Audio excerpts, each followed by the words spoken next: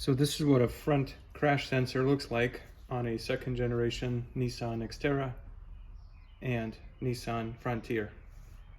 Possibly Nissan Pathfinder would look the same, minus the two nuts that I've already taken off. So in order to remove the old crusty crash sensor, which I have removed previously, but just wanted to demonstrate to you.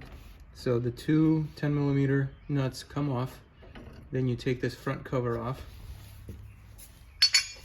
Now my sensor is really corroded. This is already, I've taken that off and cleaned it up, but you know, this guy comes off and it's attached to the wire harness still.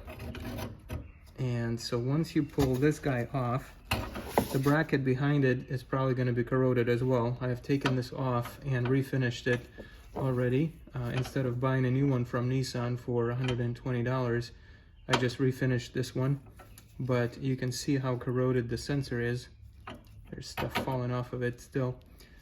Now, the way the harness works is, you know, once you have it plugged in, the way you take it off is you would pull back on this tab here.